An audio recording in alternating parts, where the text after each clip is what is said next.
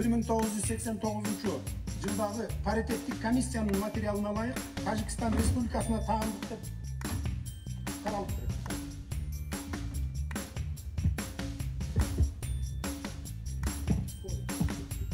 Жылдагы паритеттик комиссиянын материалына ылайык Тажикстан Республикасына таандык деп каралып турат.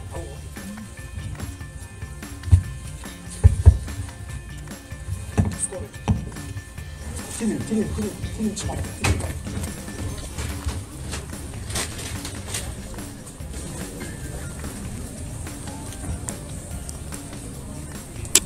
Тилин сууругулап. Салдым?